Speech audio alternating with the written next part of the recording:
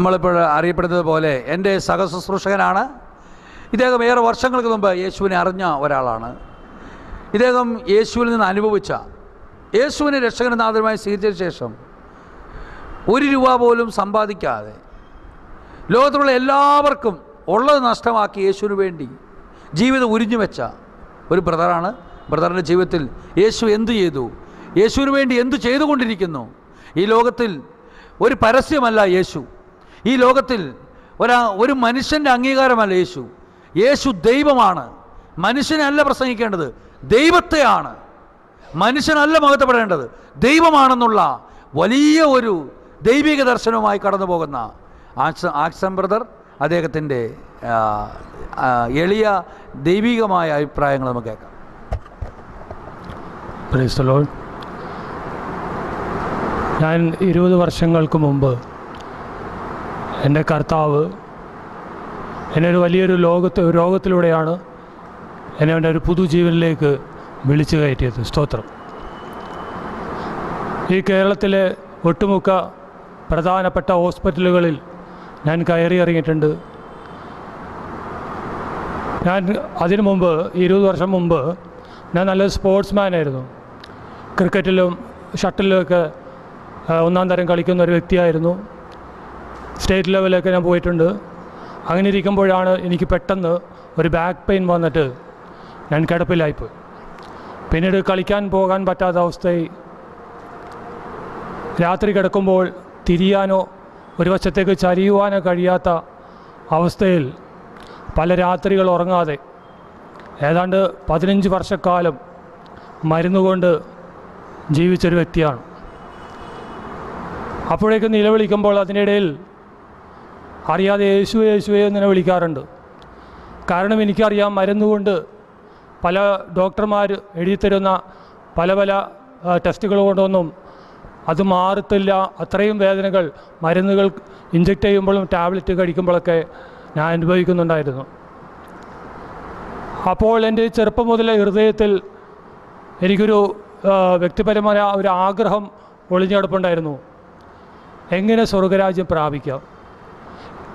അത് ഞാൻ ചെറുപ്പത്തിൽ ഏതാണ്ട് 20 വർഷം വരെ ഞാൻ അതിന് പല കാര്യങ്ങൾ ചെയ്യുമായിരുന്നു. രാവിലെ എഴുന്നേറ്റ് അച്ഛൻ പള്ളി തുറക്കണ മുമ്പ് തന്നെ ഞാൻ പള്ളിയുടെ മുമ്പിലുണ്ടാവും. അച്ഛൻ ലോഹയിടുന്ന മുമ്പ് തന്നെ ഞാൻ അവിടെ അൽത്താരയിലുണ്ടാവും. അങ്ങനെ പല രീതിയിൽ സ്വർഗത്തെക്കുറിച്ച് അറിയുവാൻ ഞാൻ ഓടി നടക്കുമായിരുന്നു. എന്നാൽ ഈ ആഗ്രഹം ഉള്ളിലിരിക്കുമ്പോഴാണ് 20 വയസ്സ് കഴിഞ്ഞപ്പോൾ എനിക്കിങ്ങനെ ഒരു മാരക രോഗം പിടിപ്പെടുന്നത്. ലിസി ഹോസ്പിറ്റലിലെ കുര്യൻ ഡോക്ടറടക്കം, അന്ന് അദ്ദേഹം വളരെ ഫേമസ് ആയിരുന്നു. കുര്യൻ ഡോക്ടർ, തയ്യൽ ഡോക്ടർ, ലൂർദ് ഹോസ്പിറ്റലിലുള്ള തയ്യൽ ഡോക്ടർ, അങ്ങനെ പല ഡോക്ടേഴ്സ് എന്നെ പല രോഗത്തിൻ്റെ വിധി എഴുതി അവസാനം എന്നെ 15 വർഷം കഴിഞ്ഞപ്പോൾ തള്ളിക്കളയുകയായിരുന്നു.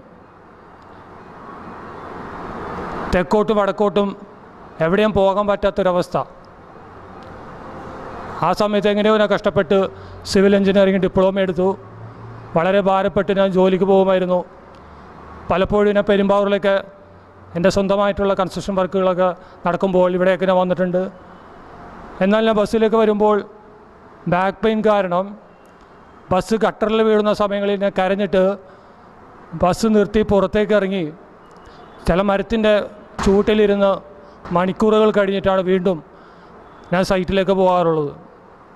ചിലപ്പോൾ ബൈക്ക് ഓടിക്കുമ്പോൾ പോലും ചില കട്ടറിൽ വീഴുമ്പോൾ വളരെയധികം വേദന സഹിച്ച് ഞാൻ റെസ്റ്റ് എടുത്ത് തിരിച്ച് ഭവനത്തിലേക്ക് പോയ ചരിത്രങ്ങളുണ്ട് 10-20 കൊല്ലത്തെ.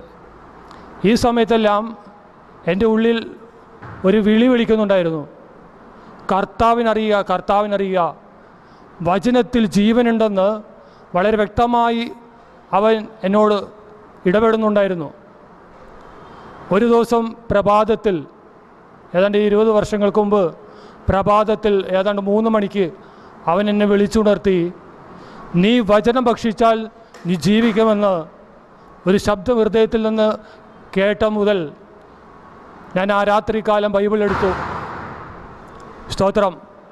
ഞാൻ ബൈബിൾ എടുത്ത്, എനിക്ക് അന്ന് ആ രാത്രി എന്ന് പറയുന്നത് പകൽക്കാലമായിരുന്നു. പണ്ടെപ്പോഴോ ഞാൻ വായിച്ചു തീർത്ത അല്ലെങ്കിൽ അല്പാൽപമായി വായിച്ച എബ്രായ ലേഖനം എൻ്റെ മുമ്പിൽ ആ ഉറക്കത്തിൽ എഴുന്നേറ്റ് എനിക്ക് ദൈവം വായിക്കുവാൻ പ്രചോദനം നൽകി. സ്തോത്രം. നിനക്ക് വേണ്ടി കാൽവരി ക്രൂശിൽ മരിച്ച് നിന്നെ വിലയ്ക്ക് വാങ്ങിയ ഒരു കർത്താവുണ്ട്. അവൻ്റെ അടുത്തേക്ക് വന്നാൽ പൂർണ്ണ സൗഖ്യം കിട്ടും. ഒരു എക്സ്റേക്കും ഒരു സ്കാനിങ്ങിനും നിന്നെ ടെസ്റ്റ് ചെയ്താൽ കണ്ടുപിടിക്കാൻ പറ്റാത്ത ചില പൈശാചിക ബന്ധനങ്ങൾ അഴിക്കുവാൻ ആ കർത്താവിൻ്റെ രക്തത്തിന് മാത്രമേ കഴിയുകയുള്ളൂ. അവൻ എന്നെ വചനത്തിലൂടെ അല്പാൽപമായി ഉൾബോധ്യം നൽകി ഞാൻ വചനങ്ങളെ ഏറ്റെടുക്കുവാൻ തുടങ്ങി. സ്തോത്രം. ഇങ്ങനെ വചനങ്ങൾ 15 വർഷത്തിൻ്റെ ആ വേദനകൾ അനുഭവിക്കുമ്പോൾ തന്നെ ഞാൻ പൂർണ്ണമായും മരുന്നുകൾ നിർത്തി. ഞാൻ എൻ്റെ കർത്താവിൻ്റെ അടുത്ത് പറഞ്ഞു, കർത്താവേ, നീയാണ് എന്നെ സൃഷ്ടിച്ചതെങ്കിൽ ഈ ലോകജാതി ഡോക്ടേഴ്സ് എന്ന് പറയുന്ന മനുഷ്യരെന്നെ രക്ഷിക്കേണ്ട. നീയാണ് എന്നെ സൃഷ്ടിച്ചതെങ്കിൽ എൻ്റെ കേടുപാടുകൾ തീർക്കുവാൻ നിനക്ക് കഴിയുമെന്ന് എനിക്കറിയാം. അതുകൊണ്ട് ഈ ശരീരത്തെ, ആർക്കും വേണ്ടാത്ത ഈ ശരീരത്തെ, ഹല്ലേലൂയ, ഞാൻ നിൻ്റെ കരങ്ങളിൽ വെച്ച് തരുന്നു എന്ന് പറഞ്ഞ് അവനിൽ സമർപ്പിച്ചു. ആ പൂർണ്ണമായ സമർപ്പണത്തിൽ, സ്തോത്രം, ഞാൻ ആരെയും നോക്കിയില്ല, എൻ്റെ ബന്ധുമിത്രാദികളെ നോക്കിയില്ല. ഹല്ലേലൂയ, എൻ്റെ ഏറ്റവും പ്രിയപ്പെട്ട ഹല്ലേലൂയ സഹോദരന്മാരെയോ കൂട്ടുകാരെയോ ആരെയും ഞാൻ ശ്രദ്ധിച്ചില്ല. ഞാൻ എൻ്റെ കർത്താവിൻ്റെ കരങ്ങളിൽ സമർപ്പിച്ചുകൊണ്ട് അവൻ്റെ വചനത്തിൽ മുന്നേറുവാൻ ആഗ്രഹിച്ചു. സ്തോത്രം. ആ സമയങ്ങളിൽ കുടുംബക്കാരിൽ നിന്ന് വലിയ പ്രശ്നങ്ങളുണ്ടായി. പലരും തള്ളിക്കളഞ്ഞു. എന്നാൽ ഹല്ലേലൂയ, ആ സമയത്തെല്ലാം കർത്താവിൻ്റെ സമാധാനത്തിൻ്റെ കരം, സന്തോഷത്തിൻ്റെ കരം എനിക്ക് ആ സമയങ്ങളിലെല്ലാം അനുഭവിക്കാൻ സാധിച്ചു. ആ നീണ്ട വേദനകളിടയിൽ ഞാൻ അവൻ്റെ കരങ്ങളിൽ സമർപ്പിച്ചപ്പോൾ എല്ലാ മരുന്നും, ആ 15 വർഷം കഴിച്ചുകൊണ്ടിരുന്ന തുടർമാനമായി 3-4 ടാബ്ലറ്റ് വെച്ച് ദിവസം പ്രതി കഴിച്ചിടുന്ന എല്ലാ മരുന്നുകളും ഉപേക്ഷിച്ച് ഞാൻ വീണ്ടും ആ 5 വർഷം കർത്താവിൻ്റെ വചനത്തിന് മുമ്പിലിരുന്നപ്പോൾ ഓരോ ദിവസം വചനം ഭക്ഷിച്ചുകൊണ്ടിരിക്കുന്ന സമയങ്ങളിൽ എനിക്കെന്തെന്നില്ലാത്ത ആന്തരിക സൗഖ്യവും ആന്തരിക സന്തോഷവും വേദനകൾ അല്പാൽപമായി വിട്ടുപോകുന്നൊരനുഭവം കർത്താവിൻ്റെ ആത്മാവിലും ശരീരത്തിലും മനസ്സിലും ഹല്ലേലൂയ ഞാൻ അനുഭവിക്കുവാൻ കാരണമായി തീർന്നു. നീണ്ട 15 വർഷങ്ങൾ ടാബ്ലറ്റിനോ ഡോക്ടർമാർക്കോ എൻ്റെ ശരീരത്തെ രക്ഷിക്കുവാൻ കഴിയാത്ത അവസ്ഥയിൽ കർത്താവിലേക്കൊന്ന് ആശ്രയിച്ചപ്പോൾ ഹല്ലേലൂയ, അവൻ എൻ്റെ ശരീരത്തെ സൗഖ്യമാക്കി തന്നു. ആദ്യപടിയായി ഹല്ലേലൂയ ഞാൻ സ്നാനം ചെയ്യാൻ ആഗ്രഹിച്ചു.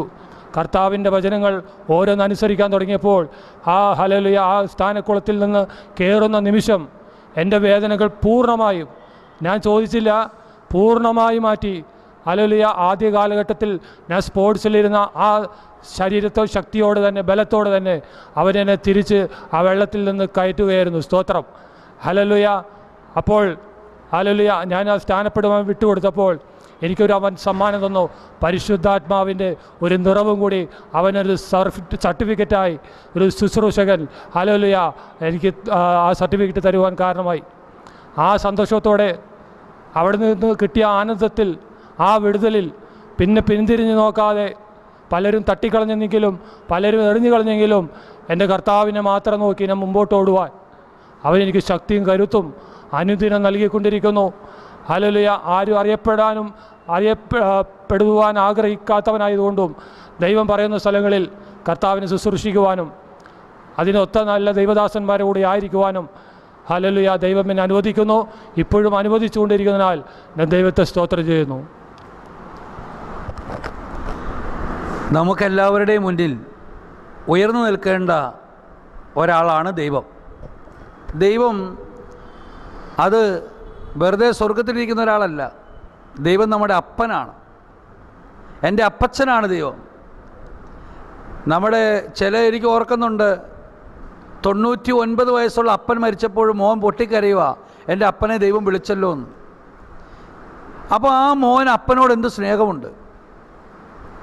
നമ്മളെ സൃഷ്ടിച്ച, ഈ ലോകത്തെ മുഴുവൻ സൃഷ്ടിച്ച, ഇനി ജനിച്ചുകൊണ്ടിരിക്കുക എല്ലാവർക്കും ജന്മം കൊടുക്കുന്നു ഈ ദൈവം നമ്മുടെ എല്ലാ അപ്പനും അപ്പച്ചനുമാണ്. അതുപോലെ കൂട്ടുകാരനും ജ്യേഷ്ഠനുമാണ്, ജ്യേഷ്ഠ സഹോദരനാണ്, നമ്മുടെ ദൈവവുമാണ്. അപ്പോൾ ദൈവത്തെ വിട്ടുള്ള ജീവിതം വേണ്ട സഹോദരി സഹോദരന്മാരെ, ശ്രേഷ്ഠ ദൈവദാസന്മാരെ, എന്നേക്കാൾ മുതിർന്നവരെ, നിങ്ങളെ ബഹുമാനിക്കുന്നു ഞാൻ. യേശുവില്ലാത്ത കപ്പൽ മുങ്ങും, യേശുവില്ലാത്ത വള്ളം മുങ്ങും, യേശുവില്ലാത്ത കുടുംബം തകരും, യേശുവില്ലാത്ത ജീവിതം നശിക്കും. യേശു നിന്റെ കൂടെ ഉണ്ടെങ്കിൽ, നിന്റെ ഹൃദയത്തിലുണ്ടെങ്കിൽ, നിന്റെ ഒപ്പമുണ്ടെങ്കിൽ, പിമ്പിലുള്ളത് മറന്ന് മുമ്പിലേക്ക് ക്രിസ്തു യേശുവിലേക്ക് നിന്റെ ജീവിതത്തെ മാറ്റുവാൻ നിനക്ക് സാധിക്കണമെങ്കിൽ യേശുവിനെ മുറുകെ പിടിച്ചോണം. മനുഷ്യനെ നോക്കരുത്. അമ്മായിയപ്പൻ, അമ്മായിയമ്മ, കുടുംബത്തിലുള്ളവർ, ബന്ധുക്കൾ, അയൽവാസികൾ, സഭയിലുള്ളവർ, പ്രപഞ്ചത്തിലുള്ളവർ, സമൂഹത്തിലുള്ളവർ, രാഷ്ട്രത്തിലുള്ളവർ, രാജ്യത്തിലുള്ളവർ, അവരിലേക്കല്ല നോക്കേണ്ടത്. നിന്റെ യേശുവിലേക്ക് നോക്കി ഇന്ന് യേശുവിന് വേണ്ടി ജീവിച്ചാൽ യേശു നിന്റെ പ്രശ്നങ്ങൾ മുഴുവൻ തീർക്കുവാൻ മതിയായവനാ. എൻ്റെയും നിൻ്റെയും പ്രശ്നങ്ങൾ തീർക്കുവാൻ യേശു മതിയായവനാ. ഞങ്ങളുടെ സന്തോഷം അതാണ്. ഞങ്ങൾക്ക് ഈ ലോകത്തിലൊന്നും വേണ്ട, ഒരു വീട് വേണ്ട, പറമ്പ് വേണ്ട, ഒന്നും വേണ്ട. ഞങ്ങൾക്ക് യേശുവിനെ കുറിച്ച് പറയാനുള്ളൂ. പൗലോസ് പറഞ്ഞു, എൻ്റെ ജീവിതം ക്രിസ്തു എന്നും മരണം നേട്ടമെന്നും.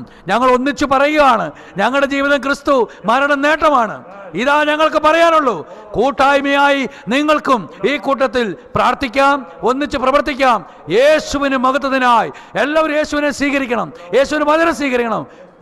ഒത്തൊരുമിച്ച് പോയാൽ ഈ പ്രപഞ്ചത്തിൽ ലോകത്തിന് അതിർത്തി വരെയും സുവിശേഷം വളരാൻ നിങ്ങളും പ്രാർത്ഥിക്കണം. ഹോളി ട്രിനിറ്റി ഇൻ്റർനാഷണൽ മിനിസ്ട്രി എന്നുള്ള ഈ കൗൺസിലിംഗ് സെൻറ്ററിന് വേണ്ടി നിങ്ങൾ എന്നും പ്രാർത്ഥിക്കണം. മിശിഹ നിങ്ങളെ അനുഗ്രഹിക്കുമാറാകട്ടെ. എൻ്റെ ഫോൺ നമ്പർ 9388785494 9656785494. ഇതാണ് ഫോൺ നമ്പർ. പ്രാർത്ഥന ആവശ്യമുള്ളവർ വിളിക്കാം. ഇത് ഞങ്ങളുടെ പ്രോഗ്രാം നെറ്റിൽ റവറൻ സജി കൈപ്പമ്പ്ളാക്കൽ എന്നടിച്ചാൽ കിട്ടും.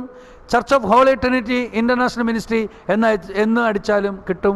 ഗൂഗിളിലും യൂട്യൂബിലും ഉണ്ട്. ഇത് കാണുന്ന എല്ലാവരെയും ഓർത്ത് ദൈവത്തെ ഞാൻ സ്തുതിക്കുന്നു. നിങ്ങൾ അനുഗ്രഹം പ്രാപിക്കുമാറാകട്ടെ. Praise the Lord.